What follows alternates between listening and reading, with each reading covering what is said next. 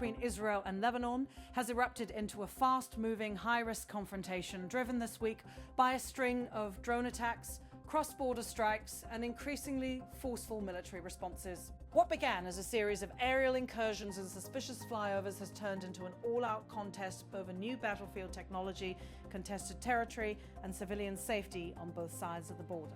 Early this morning, tensions flared near the northern Israeli community of Shomarah when the Israel Defense Forces reported that Hezbollah-launched drones struck an artillery position.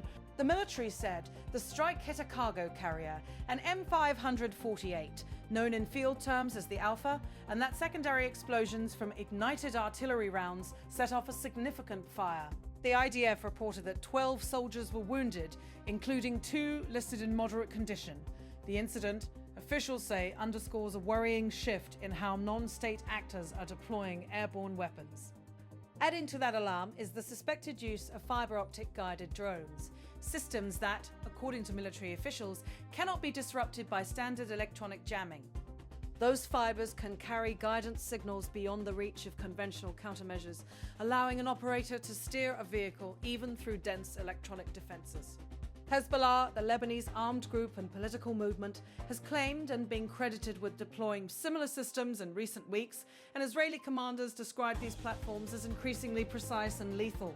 As the day unfolded, the sky above the border became a web of launches, interceptions, and unanswered questions. Multiple aerial threats were detected over southern Lebanon, and the IDF reported that interceptor missiles were launched in at least 3 separate instances to target suspicious drones over zones where Israeli ground forces are deployed. Military spokespeople said many of the aerial targets were successfully engaged, but that the results of several interception attempts remained under review. In other instances, sirens wailed across northern Israeli communities, including Misgav and Kfar Giladi, after alarms detected drone activity originating from Lebanon. Interceptor missiles were fired. Again, officials said outcomes in some encounters were unclear. The conflict's footprint pushed deeper into southern Lebanon as the day progressed. The IDF issued evacuation warnings for residents across 15 villages, naming Nabatia and nearby areas, urging civilians to move at least 1 kilometer from likely target zones ahead of planned strikes. Military officials framed those warnings as necessary steps to minimize civilian harm while carrying out operations they say target Hezbollah infrastructure and fighters.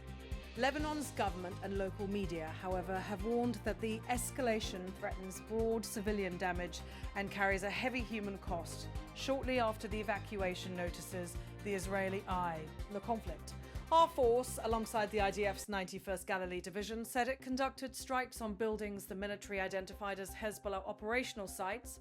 The military characterized those locations as planning and launch centers for attacks against Israeli forces. For their part, Hezbollah fighters and spokespeople have issued repeated claims of successful strikes against Israeli units and equipment. In a public statement about an overnight operation, the group said its fighters carried out a large-scale drone attack on Israeli positions they identified as Naima al-Jamal. Jamal claiming the operation involved multiple attack drones and that the group achieved a confirmed hit. Those claims of effectiveness follow other assertive statements from Hezbollah in recent days. The group has told local outlets and posted public notices alleging a series of operations, including the downing of an Israeli Hermes 900 surveillance drone near Kantara and a direct strike on a Merkava tank. Actions, it says, were executed using explosive or guided drones. Whether or not each specific claim can be independently verified, the accumulation of such reports has prompted concern among Israeli commanders and defense analysts. Drones are no longer simply eyes on the battlefield. They are frontline weapons with the capacity to inflict immediate casualties and complicate rescue and medical evacuation. Journalistic reports from Israeli outlets have described the drone threat as evolving into what one described as a significant and complex threat. That characterization reflects the combination of new guidance systems, swarm tactics in some cases, and the use of drones in direct assaults on armored vehicles and troop concentrations. Those developments are forcing rapid adjustments in tactics, defenses, and intelligence work on both sides. In parallel to the aerial campaign, Israeli forces announced they had uncovered and destroyed 2 major underground tunnels in southern Lebanon near Kantara. The IDF Released footage, it said, showed portions of an extensive tunnel network roughly 10 kilometers from Israel's northern communities. Military spokespeople said the tunnels were built over a period of about a decade and alleged they had been funded by Iran, although the claim of external financing was presented without documentary proof in the material released, flagged. Inside the tunnels, the IDF said troops found weapons, living quarters, water tanks, and equipment intended for prolonged stays, including sleeping rooms and storage areas. The destruction of the tunnels was also touted by Prime Minister Benjamin Netanyahu, said in a public statement earlier today, "We destroyed a massive Hezbollah terror tunnel. We are now systematically dismantling their entire terror infrastructure. We are killing dozens upon dozens of their terrorists, and we are just getting started. We are operating within the security zone, south of the Litani, north of the Litani, in the Bekaa and in northern Lebanon. And a few weeks ago, I issued a directive for a special project to eliminate the drone threat. It will take time, but we will blow that up too." That pledge and the rhetoric surrounding it mark a determined and muscular posture from Israel's leadership. At the same time, the airstrikes and tunnel strikes have also produced reports of civilian casualties and widespread destruction in Lebanese towns. Satellite imagery and local footage shared by residents and first responders show buildings reduced to rubble in places like Jibchit in Nabatea province. Lebanese media reported the 5 members of the same family were killed when an airstrike struck a residential building in Al Jabal, and rescue teams were shown working through the night, digging through debris in search of survivors and recovered bodies. Those photographs and videos of damaged houses, twisted rebar, and dust-choked streets have become a human counterpoint to the military briefings and tactical statements. On the battlefield itself, dramatic and harrowing footage has emerged, showing the chaos that unfolds when rescue operations collide with fast-moving aerial threats. In one sequence, an explosive-laden drone is seen diving toward a cluster of Israeli troops who are attempting to evacuate wounded comrades in the village of Taibe in what the IDF described as occupied southern Lebanon. Images show soldiers returning fire toward the incoming craft, a civilian-style helicopter attempting to lift casualties, and then a sudden blast as a drone detonates mere feet from the injured and the evacuation teams. The military said 1 soldier was killed in the strike and 6 others were wounded, 4 of them seriously. According to Israeli reports, the incident began when a tank from the Golani Brigade's 12th Battalion broke down inside the village. What began as a mechanical failure turned into a day of rescue attempts interrupted by multiple drone launches, some of which reportedly struck near the disabled, aid vehicle and complicated evacuation efforts. Back across the border, Hezbollah has continued to claim operational successes against Israeli forces. One posted communique. The group said it targeted a convoy of Israeli army vehicles and soldiers at Tel al-Nahaz on the outskirts of Karkila and used a guided missile that it described as a direct hit. Lebanon's national news agency and other local outlets amplified those claims, which come against a backdrop of years of sporadic skirmishes and recurring strikes along those same frontline zones. Tel al-Nahaz and nearby frontier areas have repeatedly seen artillery exchanges, airstrikes, and cross-border alerts in recent months, illustrating how localized engagements can quickly become wider confrontations. On the Israeli side, the military confirmed that one suspected Hezbollah drone launched from Lebanon triggered sirens across the western Galilee, and that contact with the aerial object was later lost, suggesting the drone Cray. Shed in the area, authorities also reported an additional rocket warning in Arab al-Aramshi, which they linked to fears of falling fragments during interception attempts.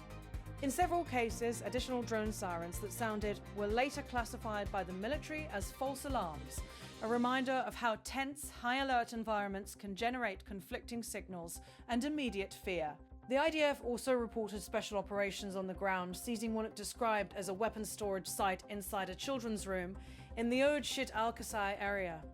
The military said its troops recovered explosives, Kalashnikov rifles, grenades, RPG launchers, machine guns, munitions, and combat gear during the raid. Such discoveries, the military argues, strengthen its case that Hezbollah is embedding military capabilities inside civilian areas, a tactic that raises the stakes for residents and complicates any future efforts to isolate fighters from the general population. For their part, Lebanese authorities and Humanitarian organizations have warned that extended Israeli operations risk significant civilian harm and displacement. Northern and southern Lebanese communities already show signs of strain, with residents moving away from the frontier, market activity disrupted and essential services stretched. Healthcare workers and aid groups are bracing for an influx of casualties should the current exchanges intensify or broaden. This conflict over drones, tunnels and targeted strikes reflects a larger transformation in warfare along the Israel-Lebanon frontier. For decades, the border has been an uneasy scene of periodic hostilities and fragile deterrence. Now, new technologies and asymmetric tactics, fiber-optic guidance, explosive-laden UAVs, and complex tunnel networks are changing the calculus. Commanders on both sides are being forced to adapt in real time, revising air defenses, altering patrol patterns, and issuing evacuation orders to protect civilians and forces alike. There is also political dimension. Prime Minister Netanyahu's public emphasis on dismantling what he calls Hezbollah's terror infrastructure and on an accelerated program to counter the drone threat is part of a broader effort to reassure Israeli constituencies that the state can contain and degrade the groups. Capabilities. In Lebanon, Hezbollah's assertions of battlefield success serve both military and domestic political ends, reinforcing the group's narrative of resistance while rallying supporters amid groups' narrative of resistance while rallying economic and governance challenges. The result is a cycle in which battlefield developments feed political messaging, and political messaging, in turn, drives further military action. In turn, drives further military action. International actors, humanitarian organizations, and regional capitals are watching closely, aware that what starts as a localized exchange can expand quickly. Airstrikes that hit residential areas, the discovery of tunnels, and claims of precision strikes with guided munitions raise the risk of miscalculation.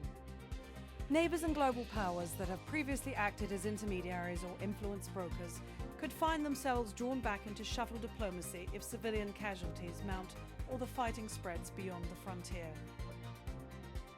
For soldiers on the ground and civilians in border towns, the immediate concern is survival and the ability to access medical care, shelter, and adequate warning systems. For commanders, the challenge is to counter an adversary that has adapted rapidly, deploying drones capable of hitting moving targets and operating under a variety of control methods that can evade routine electronic defenses. For policymakers, the urgent question is how to pursue tactical objectives while limiting civilian harm and avoiding an escalation spiral that could pull Lebanon more fully into a wider conflict.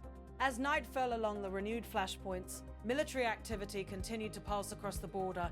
Interceptions, airstrikes, and ground raids were all reported, even as uncertainty remained over the effectiveness of some defensive measures and the accuracy of certain battlefield claims. Families on both sides of the line packed belongings and sought refuge. Emergency crews sifted through rubble. Commanders tallied casualties and tried to assess how quickly to press or to pause. What is clear is that the character of the conflict has shifted. Drones that once provided surveillance are now a central offensive tool. Underground tunnels complicate the geography of warfare and blur lines between frontline combat and civilian life. And with each strike and counterstrike, the potential for further civilian suffering grows. This weekend's flare-up is a reminder that the border remains highly volatile, that new technologies are reshaping risk, and that the human cost of these tactical innovations is immediate and grave. As both sides recalibrate their operations, the coming hours and days will determine whether these exchanges can be contained through de-escalation and diplomatic intervention, or whether they will broaden into a wider, more destructive phase of fighting with consequences that reach far beyond the hills and valleys of the northern frontier.